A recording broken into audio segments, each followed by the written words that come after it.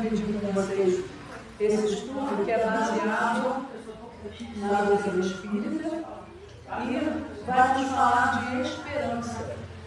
E eu começo lembrando de Chico Xavier, esse querido, né, foi eleito homem do século pela sua colocação no mundo, tudo que ele aportou, não só como espiritismo, mas como ser humano, né? Então, mesmo quem não é espírita conhece e admira o trabalho de Chico Xavier, e ele dizia que uma das tristezas maiores que um homem pode ter no mundo, um homem no sentido genérico, né?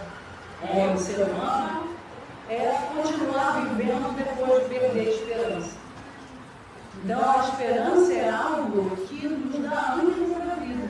Então, entender o que é a esperança e saber onde vai a esperança é o nosso propósito na tarde de hoje. Então, o significado da palavra esperança, ela tem o seu origem no latim.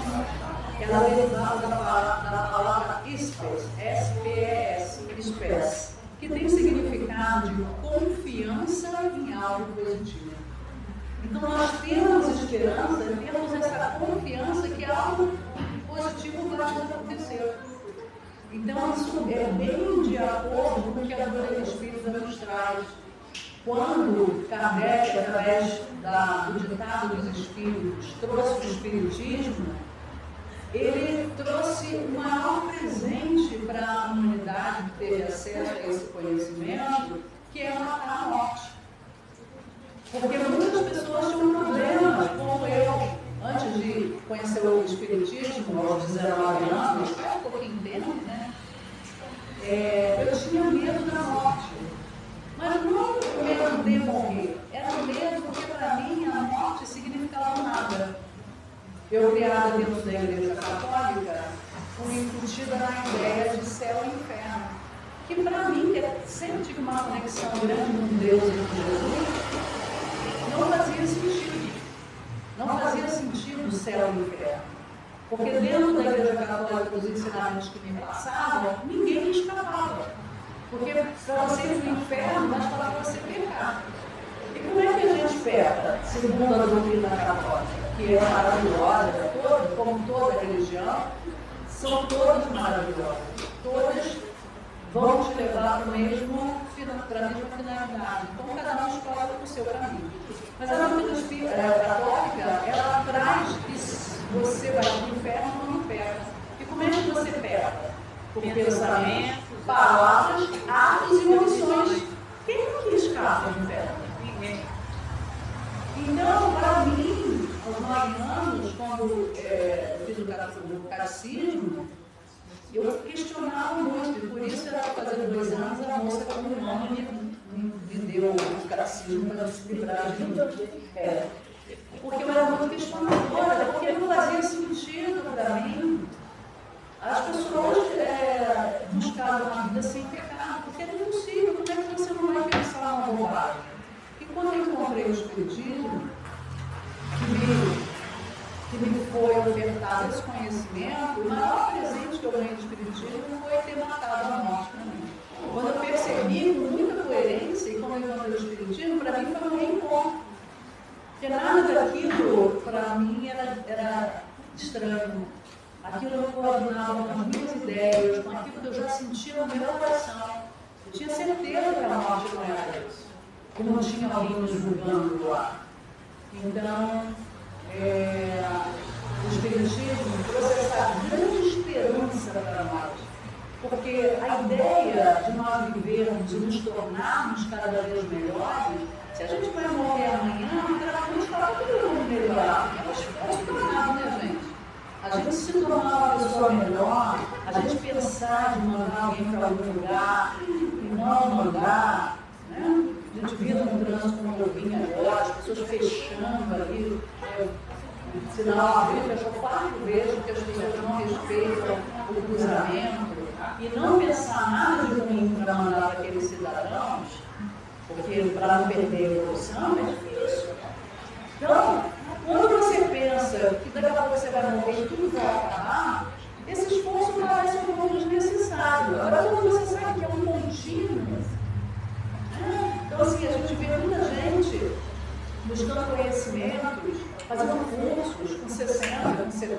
entrando na universidade. E isso por quê? Porque as pessoas têm no íntimo, se elas não têm a crença da reencarnação, no íntimo elas sabem que a vida continua. E que a gente vai buscando conhecimento e vai agregando para as próximas existências. Porque a doutrina da reencarnação, que não está só no Espiritismo, hoje ela está distribuída em várias religiões. Então a gente encontra pessoas católicas, evangélicas, falando, não sei o que eu fiz na outra vida. Nossa, eu devo ter pregado a caixinha na cruz de Cristo quando eu estava lá encarnado. Isso não é senão uma crença já incorporada nas vidas dos espíritos, né? Então, essa é uma das esperanças maiores que eu acho que o Espiritismo veio descortinar para nós, a humanidade, é a crença da reencarnação. Porque nós sabemos que muitas pessoas passam uma vida de erros e lá no finalzinho da vida, ela se arrepende, ela reconfigura, ela pede perdão, e aí depois, se fosse nada não estivesse ali, como é que elas teriam tempo de exercitar esse novo olhar, essa nova resolução íntima?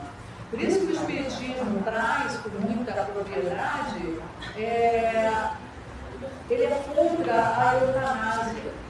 Por quê? Porque a gente vê na literatura espírita muitos casos de pessoas que no último suspiro, às vezes dentro de uma UTI, chega um parente, pede perdão e ali se desfaz um vínculo de ódio.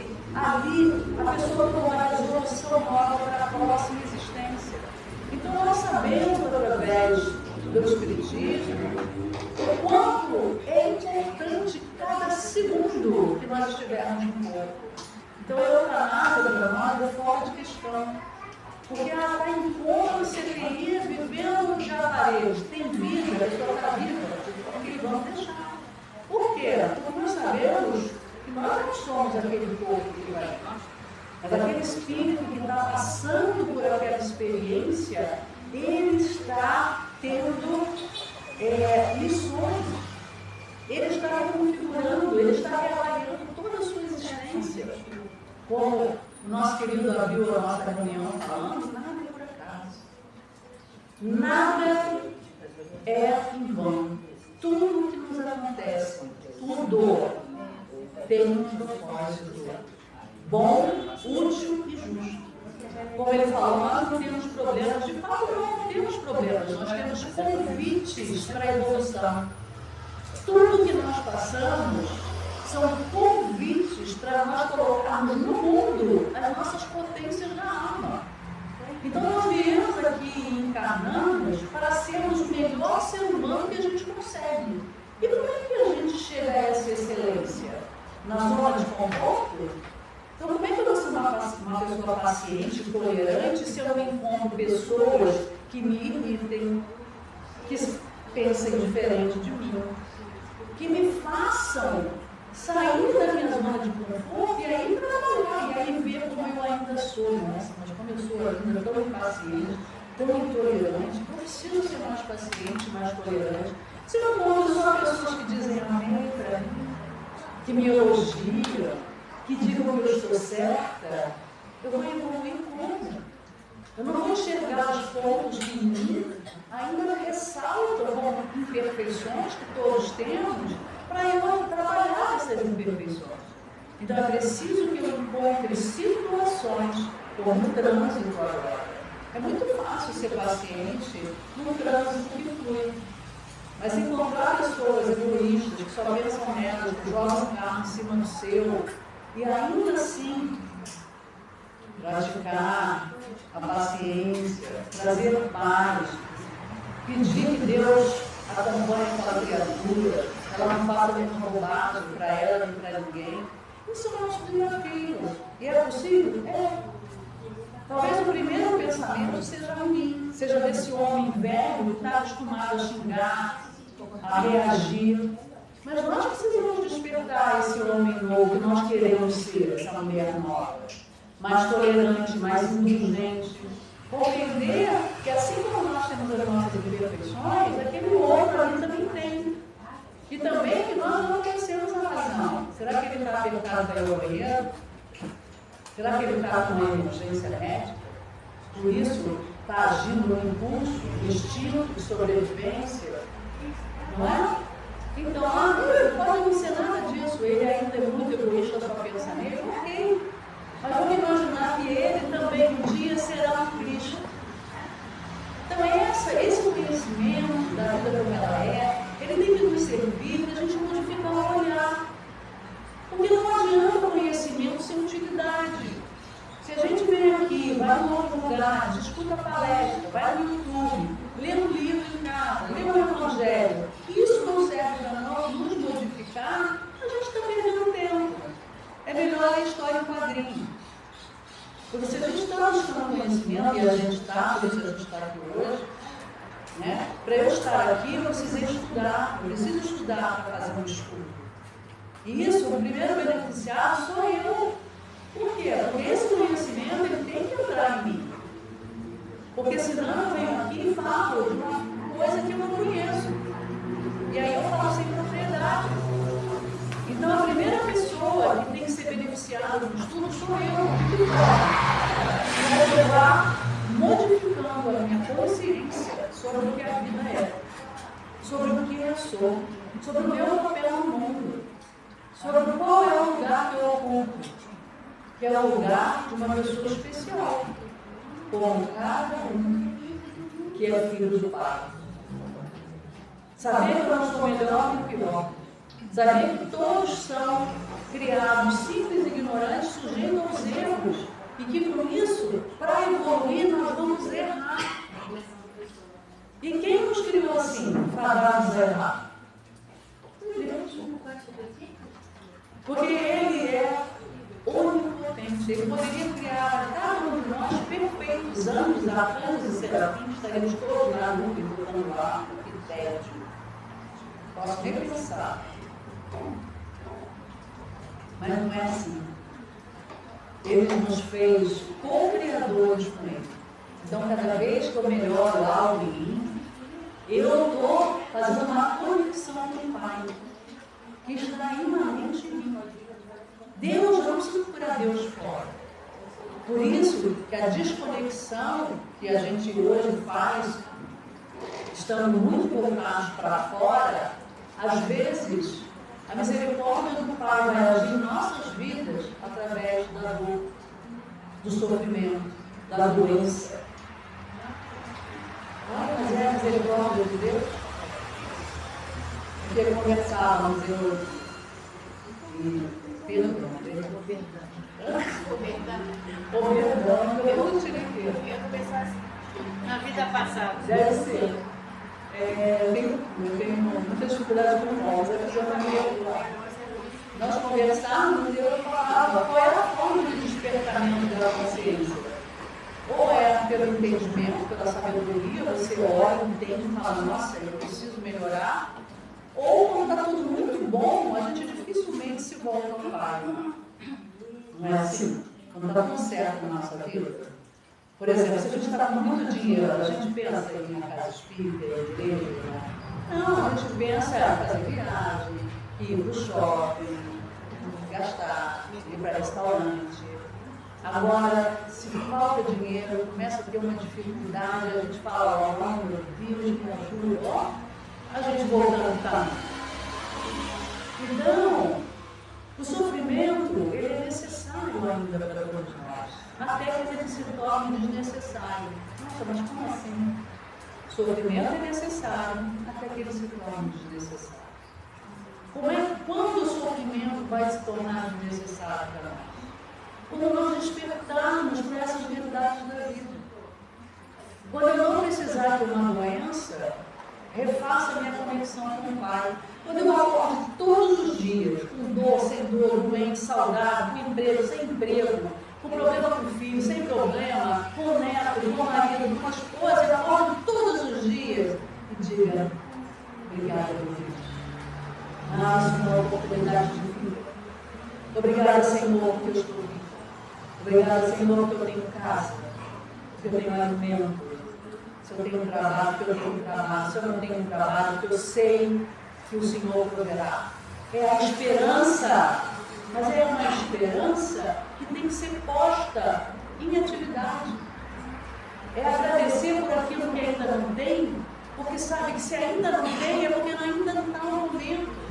Porque talvez se você tivesse aquilo que você está desejando, você fosse se desconectar com a sua essência. Os Espíritos nos dizem que a prova da riqueza é uma das mais difíceis. E eu tenho certeza que é por isso. Quando a gente tem muita facilidade, a gente se perde mais facilmente. A dificuldade nos protege. E eu sempre vou lembrar uma cena no livro, não está no filme Nosso Lar, está no livro Nosso Lar, psicografado por Chico Xavier, ditado pelo Espírito André Luiz. Uma cena lá no final do livro, onde Dona Laura, que é a mãe do enfermeiro Lísias, que é quem acolhe André Luiz, ela vai reencarnar. E aí eles fazem uma festa. Uma comemoração de despedida, porque ela vai reencarnar e os filhos vão ficar. O marido, Ricardo, já está há 7 anos reencarnado, é uma criança. Então ela vai reencarnar, vai reencontrar esse marido para receber esses 3 filhos, para tentarem novamente não falharem. Porque em muitas vidas isso aconteceu. E aí, os espíritos retiram desse menino que está dormindo em sua casa, no plano espiritual, retiram ele em espírito e trazem para essa reunião com Dona Laura. E eles conversam ali muito emocionados, e no final Ricardo faz um pedido para os filhos. Olha que sabedoria, que a gente talvez só tenha quando está desencarnado, mas quando o corpo esquece. Ele pede, meus filhos, olhem ao Pai, para que eu não tenha facilidades na encarnação, para que eu não me perca de novo. Olha a frase desse homem. Por quê? Porque as facilidades o fizeram se perder na encarnação. O fizeram errar. Então ele pede dificuldades. Tem um outro livro de André Luiz, eu acho que é Missionários da Luz. Esse não tenho certeza, tá? Mas está num desse da série André Luiz, são vários, eu profundo as histórias, onde uma moça está lá no Ministério da Reencarnação e ela está ajudando lá o desenhista a desenhar o próximo corpo dela. E ela fala assim, não, esse corpo eu não quero. Aí ele, por que não? Não, eu não quero, por favor. Bote um corpo que não seja tão atrativo sexualmente. Eu não aguento mais errar, sabe? Então ela pede um corpo mais menos atrativo sexualmente, para que ela não tenha essa tentação. Então veja, meus irmãos, como tudo em nós tem um propósito. Às vezes nós nos esquecemos, nós pedimos algo. Às vezes uma marca de nascença, uma debilidade qualquer, que vai nos proteger de uma vaidade maior, de nós nos perdermos. Então veja a beleza que é a construção das nossas encarnações. Nós não estamos sós nem desamparados. Deus imanente em nós se manifesta em nossa vida. Basta que nós nos conectemos com Ele.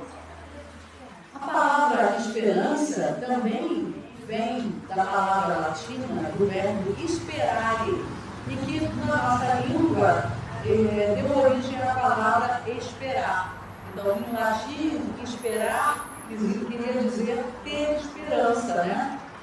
E na perspectiva do Espiritismo, que nos fornece uma dimensão realista da vida futura, como eu falei, a esperança torna-se uma força inovadora.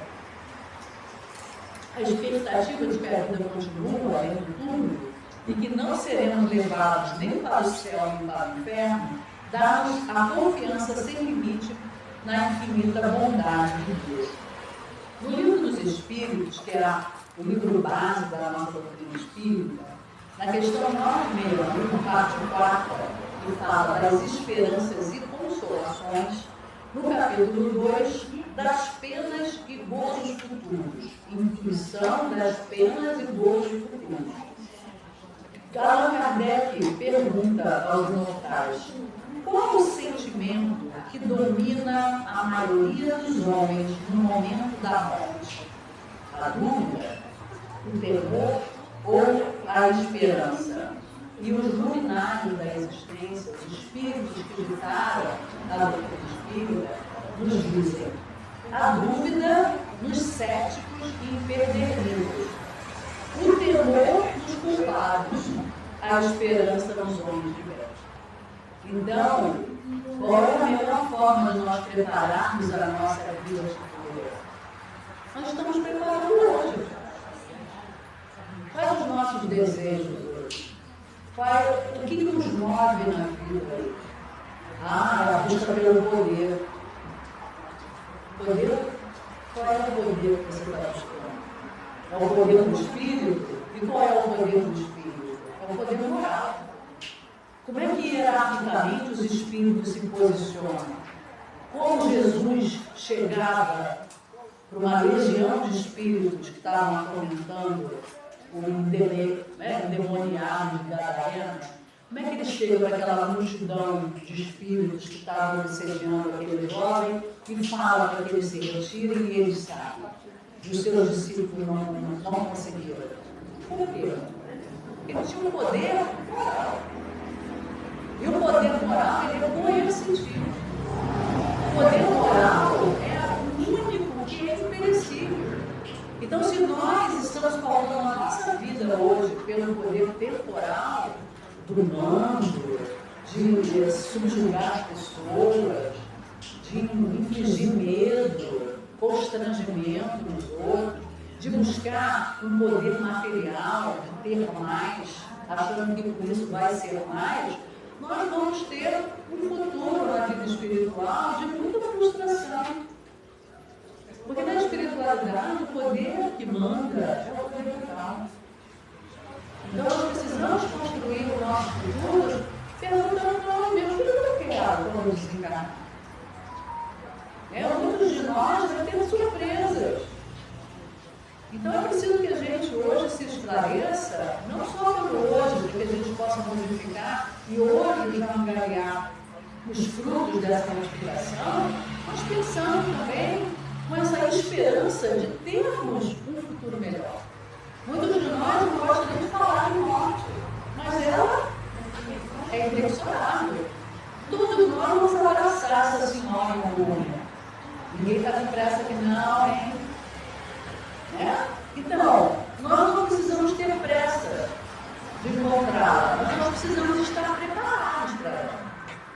Por quê? Ela pode acontecer em qualquer momento.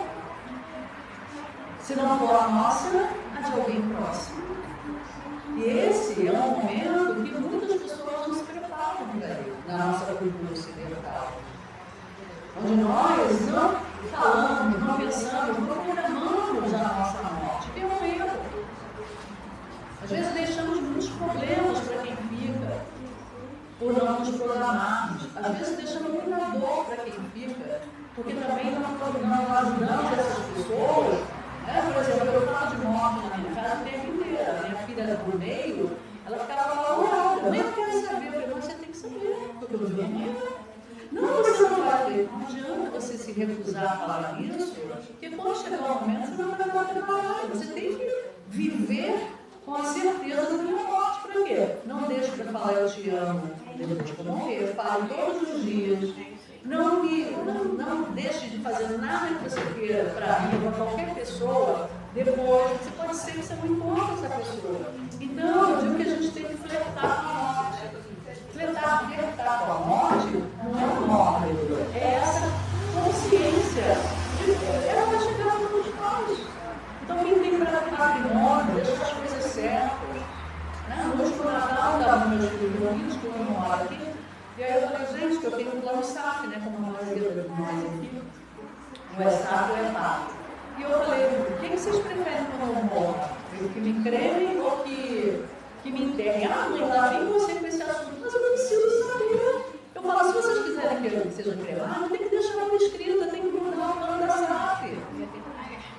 Tem que falar diferente, tem que deixar organizado. Se for para enterrar, lá no Pedra da Escada, em Goiás, nós temos um vilazinho lá. O corpo do meu marido foi enterrado lá. Se for só está tudo certo. Até agora, não tudo tem taxa, agora do cemitério, dessa loucura. Então, aí eles, mãe, sei lá, eu falei, olha só, você tem que saber que assim que eu me desprender, eu estou tão chateado, eu vou procurar uma vassoura para começar a trabalhar, né? E assim, eu acho que esse mérito eu tenho. Posso não ter, porque assim, um grande que era médico, chegou lá, teve que limpar vômito, e ele queria ser médico, teve que limpar vômito, né? Então, quando eu chegar lá, eu não vou poder fazer a psicologia, que é o que eu sei. A psicologia espiritual, ela requer uma moralidade avançada. Então, mas eu acho que vassoura vai me dar. Então, eu vou pedir uma vassoura para não ir para muito baixo, no umbral muito inferior, para ficar ali na crosta da terra, no umbral mais light. Então, mas aí eles falaram que não sabiam, então o problema é de vocês se virem, porque eu vou mudar. E aí o problema vai ser de vocês. Mas enfim, assim o Espiritismo dá os subsídios para melhor compreender a esperança. Não a esperança beatífica do doce paciente, ou seja, eu tenho esperança, então eu vou agir, não vou fazer nada porque eu tenho esperança que tudo vai melhorar, né? Mas a certeza de que seremos recompensados ou punidos de acordo com o bem ou o mal que fizermos ao nosso próximo. Nesse sentido, todas as nossas dores, nossos sofrimentos, as nossas denúncias ficam gravadas em nosso subconsciente e servirão como ponto de apoio para o julgamento da nossa própria consciência. Isso também é algo que o Espiritismo nos trouxe.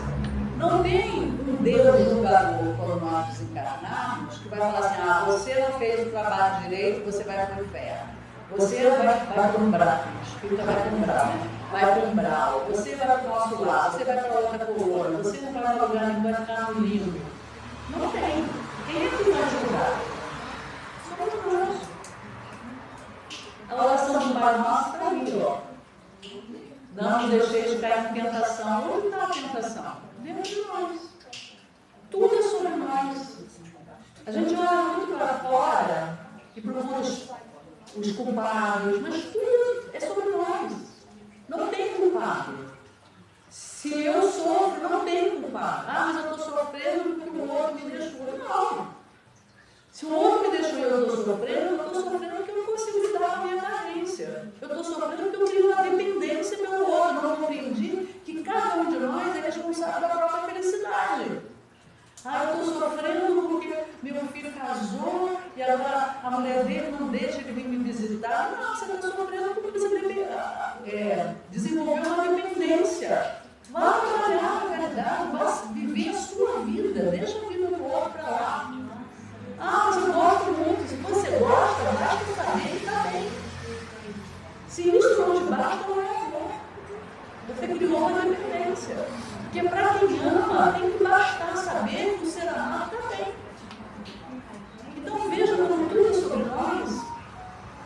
Tudo é sobre nós. Ninguém nos faz infelizes. Ninguém também nos faz felizes. Só nós podemos ser responsáveis pela nossa felicidade. Então precisamos ter essa consciência para que nós possamos, ao desencarnar, nós vamos fazer o nosso próprio julgamento. Assim como nós, quando vamos adquirindo consciência através do estudo, através da reflexão, através da elaboração da vida, nós vamos tomando consciência. Se nós olharmos para trás de 20 anos, nós vamos perceber quanto bobagem a gente fez ou não. Não, só eu, né? Vocês são todos perfeitos. Porque eu não volto há 20 anos atrás, nossa, 30, 40, com 20 anos, 18. Meu Deus do céu, ainda bem que eu não tinha internet. Hoje em dia os jovens estão lascados. Vai roubar, vai para a rede, não sai nunca mais.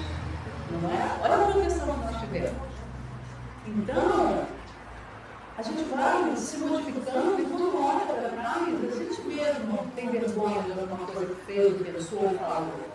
E isso vai nos acontecer. Quando nós desencarnarmos, nós vamos poder ver a nossa vida estampada na nossa frente e nós vamos nos julgar. Mas por isso temos que trabalhar o quê? Que não pode existir culpa. A culpa é um sentimento muito negativo. porque ela nos prende no ato do fato. Ela nos prende no erro perpetuado. Então eu fiz alguma coisa, eu não tenho consciência que aquilo era errado, aí eu fico assim, o que eu vou falar? Para que eu vou fazer? Olha a consequência. Não. Temos que lembrar de um exemplo maravilhoso que nós temos no nosso Evangelho sobre culpa, ou sobre não ter culpa. Eu tenho quase certeza que nenhum de nós aqui matou ninguém nessa vida. A gente vai evoluir um bocadinho, né? Aí pode ter matado um pensamento. Matado mesmo, a gente não matou, né? E quando a gente olha o apóstolo Paulo, a gente acha que ele é muito superior a nós, né? Porque é um apóstolo de Jesus, que teve uma importância enorme no Evangelho. Mas ele era assassino. Ele matou muitos cristãos quando era o doutor da lei, Saulo de Tarso. Não foi? A história está aí. Ele matava os cristãos. Ele não encontrou com Jesus pessoalmente. Quando Jesus desencarna, e aí a religião nascente, né, o cristianismo nem era religião ainda, era o movimento que era o cristianismo nascente, quando estava ali depois da crucificação de Jesus, ele era muito perseguido. E um dos maiores perseguidores era Saulo de Tarso. Ele matava cristãos. E aí ele estava indo para Damasco, porque lá tinha um orador que era muito carismático, que estava arrastando muita gente ao cristianismo, chamado Barnabé. E aí ele, nas portas de Damasco, encontra aquela luz absurda, que lhe cega e ele cai de cavalo. Quando ele olha, ele vê quem? O Cristo, materializado ali para ele. E ele, quando percebe, Senhor, quem és tu? Jesus fala, sou Jesus, Saulo. Saulo, Saulo, por que me persegues? Naquele momento, ele já vinha pensando sobre Jesus, porque Jesus rodeava ele de muitas formas. Sua noiva, Abigail, tornou-se cristã. O seu mestre da igreja, da sinagoga, Gamaliel, era simpático a Jesus. E ele não aguentava mais falar desse Jesus, ouvir falar desse Jesus. Mas ele já pensava sobre Jesus, porque eram duas figuras que ele amava e respeitava muito: seu mestre Gamaliel e sua noiva. Então, quando ele encontra Jesus ali, em que Jesus fala, por que ele persegue, é como se a gente dizia antigamente, né? Caiu a ficha. E ele imediatamente percebeu o equívoco onde ele estava enfiado, de perseguir os cristãos, de matar os cristãos. Imediatamente ele percebeu. Por quê? Porque ele não era um espírito, um ser ruim. Ele era muito valoroso. Mas ele estava pecando. O que é pecar? Errar o alvo. Quando ele matava o cristão, ele achava que ele estava certo. Porque ele achava que aquele movimento, aquele Cristo, era contra o seu Deus.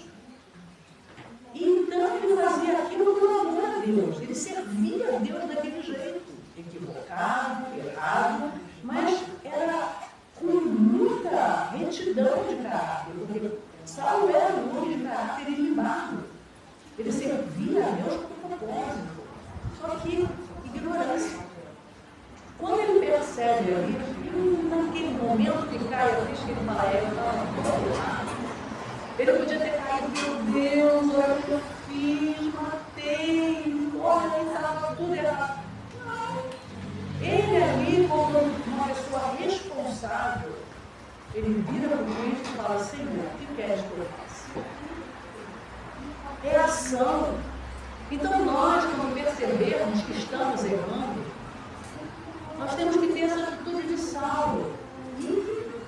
Ofendia fulano, agora eu estou percebendo, nossa, eu estava em estado alterado, eu estava com muita raiva, acabei falando demais, magoei fulano. Eu não devia ter feito isso. Fulano me pisou no pé de um tiro de baruta. Pegou na dose, né?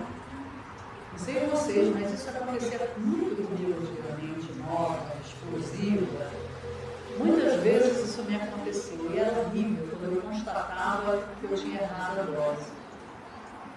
E aí, o que a gente, como responsável, deve fazer? Vou consertar. O que queres que eu faça? Então, eu vou lá e vou pedir perdão. Ah, se a pessoa não me perdoar, eu vou pedir dela. Mas eu vou lá. Sabe que no meu carro, tem um carro parado ali, eu não vejo, amasso o carro da pessoa. Ah, mas ela não está vendo, eu vou embora? Não. Eu vou sentar e vou chorar? Vai consertar? Vai consertar o prejuízo que eu tenho? Não. Vou para casa, vou ficar 3 dias doente. Aquele sentimento de culpa. Eu não devia ter feito isso. Não devia, mas fiz.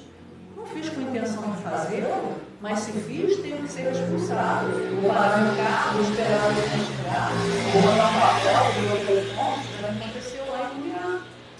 Eu fui sair, meu para-choque enganchou no para-choque do Fusca, arranquei o para-choque do Fusca do Fusca.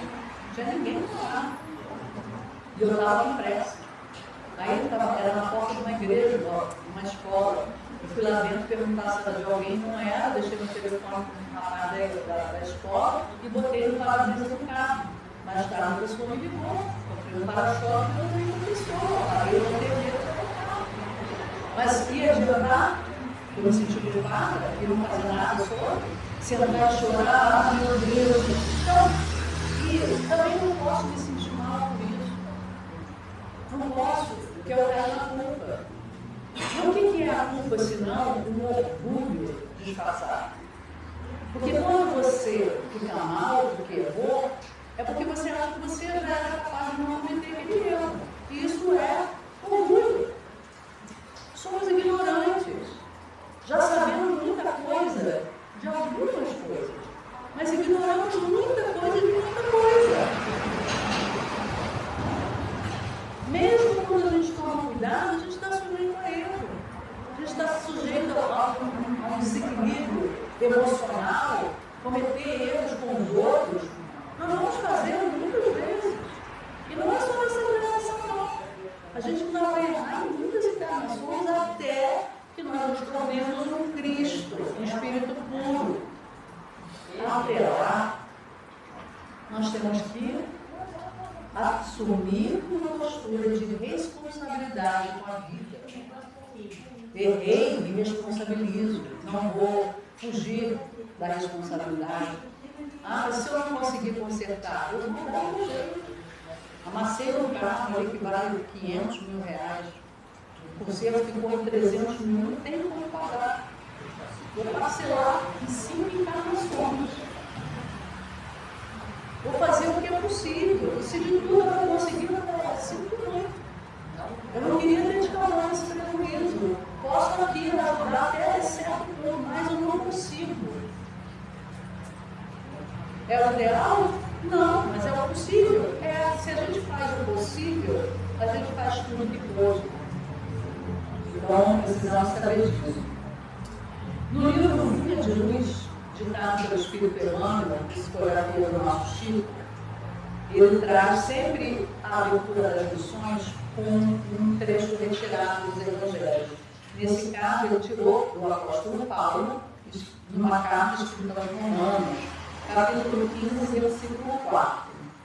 Porque tudo que dantes foi escrito, para nosso ensino foi escrito, para que pela paciência e consolação das Escrituras tenhamos esperança. Então, tudo que nos chega de subsídio na vida é para nos acalentar essa esperança. E vamos ver, então, o que Emmanuel traz para nós, discorrendo sobre essa lição. Ele vai dizer: a esperança é a luz do cristão. Nem todos conseguem, por enquanto, o voo sublime da fé, mas a força da esperança é tesouro comum. Nem todos podem oferecer, quando querem, o pão do corpo e a lição espiritual. Mas ninguém na terra está impedido de espalhar os benefícios da esperança.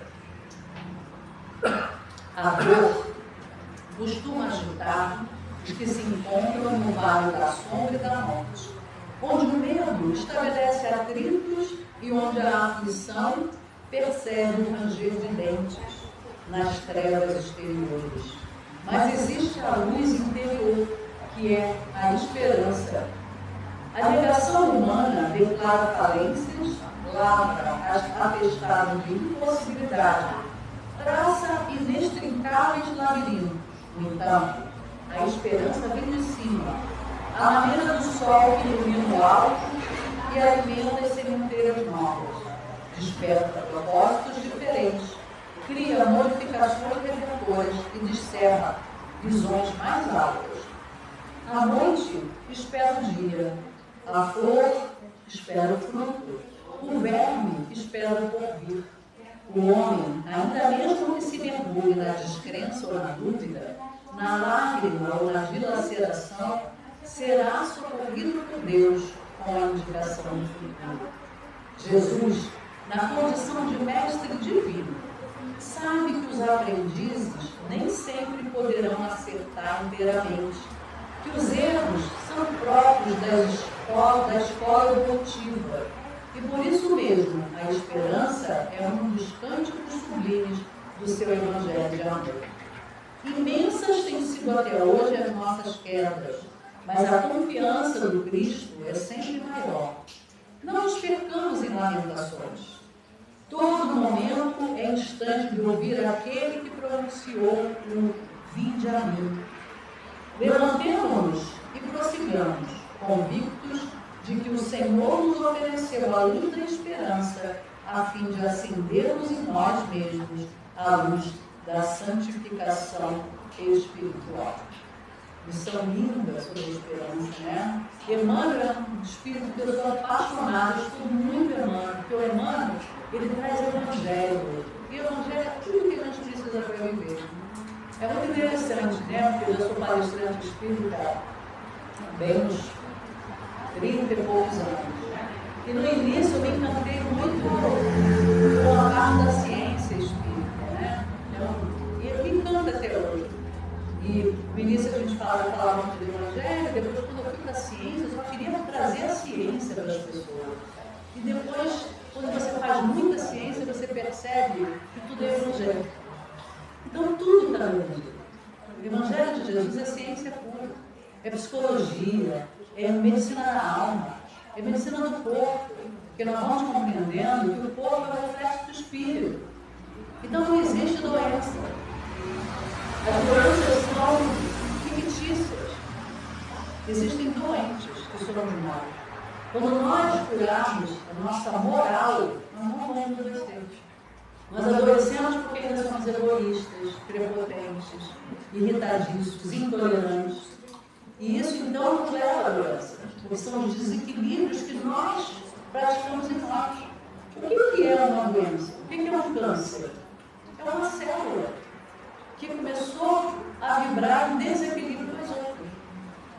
E quem causou esse desequilíbrio da célula? Fisicamente tem muitas causas, mas nós sabemos que foi o espírito em desequilíbrio. Foi aquele momento de raiva, foi uma grande mágoa, que tem vários estudos científicos mostrando qual é a relação entre mágoa e câncer. E eu tenho vários exemplos disso que eu vou observando durante a vida. Pessoas que se magoaram muito, que são muito magoadas, que tudo delas se afeta, e ficam remoendo aquela dor, daqui a pouco estão fazendo metástase, estão desenvolvendo câncer. Então, se há um antídoto que é eficaz para nós nos prevenirmos do câncer, é não levarmos no coração as mágoas, não gerarmos mágoas. Como é que nós fazemos isso? Lembra que eu falei agora há pouco que ninguém nos faz nada? O que é mágoa? É alguém que teve uma atitude qualquer e que você tomou como pessoal. E você ficou magoado. Ah, mas fulano me traiu. Fulano fez o que conseguiu fazer. E você ficou triste, ficou mal. Por quê? Porque ele te traiu? Não.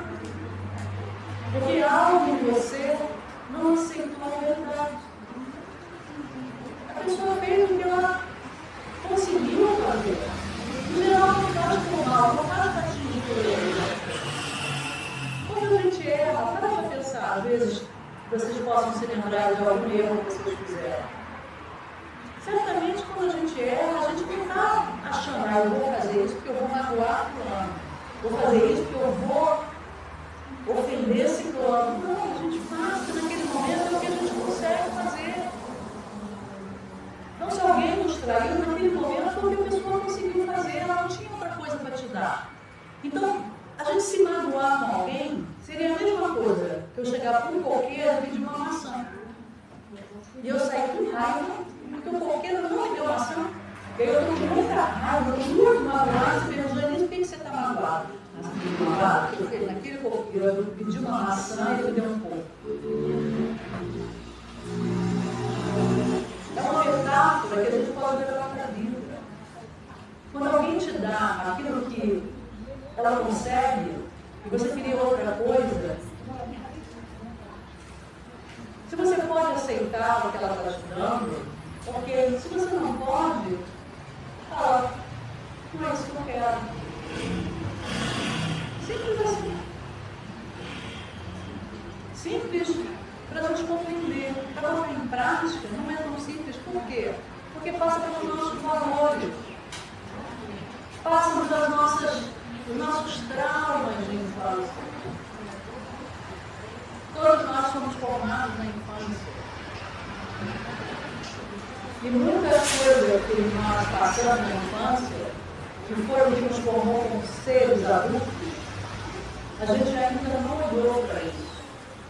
E não percebe que quando alguém faz alguma coisa, às vezes, ele é como se fosse um gatilho para algo que nos aconteceu muito atrás. E a gente reage não com essa dor de agora, mas com uma dor que vem lá do passado. Por exemplo, eu tive uma paciente, um dia ela chegou com uma queixa, estava sofrendo muito aquela semana. Eu falei, essa semana está sendo horrível. Não, por quê? Não, porque eu pedi para o meu marido que eu queria ir no restaurante tal para comemorar o aniversário dele. E nós saímos, fomos buscar a mãe dele, e no caminho a mãe dele falou, por que não vamos no restaurante tal? E ele falou, poxa, boa ideia. E foram no restaurante que a mãe dele queria, não que ela queria. E isso fez ela ficar muito mal a semana inteira. E veio para a sessão. E aí vocês acham? Ela estava triste, estava magoada, porque o marido preferiu ela à mãe? Era a queixa dela. Por que você está triste? Todas as vezes. Ele preferiu fazer o que a mãe quis e não o que eu. Então a causa do mal-estar dela, da mágoa dela, foi a atitude do marido? Não. Em terapia, a gente trabalhou. E o que estava na raiz da dor dela? Ela sempre foi preferida pela mãe, porque o irmão era preferido. Então ela cresceu sendo preferida. Quando o marido faz um movimento semelhante ao que a mãe fazia, ela reedita a dor da infância, que não foi da mãe. Então, meus irmãos, ninguém nos faz nada. Se algo nos dói na atitude do outro, isso tem a ver conosco. Com o nosso orgulho, com os nossos traumas, com aquilo que não foi em nós. Então, por isso é necessário, quando os espíritos vêm trazer a resposta, qual é a forma mais eficaz de nós evoluirmos nessa vida, que os espíritos falam, um sábio da antiguidade já o disse, se referindo a Sócrates, filósofo da antiguidade, que já dizia, para nós sermos felizes, encontrarmos a paz, nós temos que nos conhecer. Porque se eu não me conheço, qualquer um pode me fazer infeliz. Como no caso, uma atitude do marido fez ela ficar uma semana remoendo uma mágoa que pode gerar um câncer. Foi o marido que fez? Eles nem conversaram depois sobre isso. Só depois da terapia é que se eu não me conheço, qualquer um pode me fazer infeliz. Como no caso, a atitude do marido fez ela ficar uma semana remoendo uma mágoa que pode gerar um câncer. Foi o marido que fez? Eles nem conversaram depois sobre isso. Só depois da terapia é que ela pôde conversar com ele. Se ela já tivesse trabalhado esse seu problema, na hora que o marido fez isso, ela poderia até sentir um pouco, mas refletir. Não, eu estou sofrendo aqui porque a minha mãe fazia isso, mas ele não é minha mãe. Eu posso ir com ele nesse restaurante? Posso. Vai mudar alguma coisa? Que inclusive é um restaurante que ela adora. Que ela e a sogra de vez em quando iam, porque ela era amiga da sogra. Então, assim, tinha motivo para aquilo. E ela quase não comeu nesse dia, foi dormir chateada com o marido sem entender o quê? Tem gente que é assim, a pessoa pergunta, o que foi? Nada. Não façam isso. Vamos conversar. Dali para frente, quando isso acontecia, ela não podia dizer para ele, olha, quando você faz isso, me dá esse gatilho. Sermos honestos com o outro, mas para isso a gente tem que saber o que acontece com a gente. Se a gente não se conhece, a gente vai continuar culpando o outro pela nossa desdita. Né? Porque é mais fácil botar a culpa no outro. Porque quando eu boto a culpa no outro, eu não posso fazer nada. Nossa, mas eu tenho um filho que é muito difícil. Talvez seja porque eu não tenha preponderância sobre ele, eu me sinto incapaz, eu me sinto incapacitada. Então, se eu olho para o filho que ele é difícil e boto a culpa no filho, eu não busco ajuda para a minha incapacidade. Mas se eu olho e falo assim, eu não estou conseguindo lidar com o meu filho, eu preciso de ajuda. Eu vou buscar uma terapia, eu vou buscar uma pedagogia para saber lidar. Agora, se eu transferir a culpa para o outro, eu não vou. Então, a gente precisa entender o que acontece conosco. Eu trouxe aqui uma pequena reflexão do verbo esperançar, que a esperança, né, do verbo esperar, a gente também vai ter desses radicais latinos, espera, a gente vai ter o verbo esperançar. Então, sobre o verbo esperançar, eu trouxe uma reflexão do nosso filósofo brasileiro, que todo mundo conhece, Mário Sérgio Cortella. Ele diz assim, como insistia o inesquecível Paulo Freire, nosso querido educador, não se pode confundir esperança do verbo esperançar com esperança do verbo esperar. Aliás, uma das coisas mais perniciosas que temos nesse momento é o apodrecimento da esperança. Em várias situações as pessoas acham que não tem mais jeito, que não tem alternativa, que a vida é assim mesmo. Violência, o que eu posso fazer? Espero que ela termine. Agora a gente está cheio de guerra. Todo mundo quer que a guerra acabe, né? Mas o que cada um de nós está fazendo para a guerra acabar? Janice é louca, é lá na Irã, é lá na Ucrânia, é lá na... Né? Como é que eu vou fazer alguma coisa assim aqui? Você está em paz na sua mente? Você está em paz na sua família? Você está em paz no trânsito? Porque cada um de nós, quando tem um gesto de violência, a gente alimenta os bombardeios que estão acontecendo na terra. Então, nós podemos fazer, sim, algo pelas guerras. É fomentar a paz em nós. É orar pelos dirigentes dos países que estão apertando os botões da bomba. Então, isso nós podemos fazer. E fazer a paz dentro de nós. Porque cada um de nós irradia para o universo aquilo que vibra. Se eu vibro no bom sorriso do Pai, eu estou ajudando a exterminar. Desemprego, o que eu posso fazer? Eu espero que isso se resolva. Não. Se eu estou desempregado, eu posso buscar alternativas.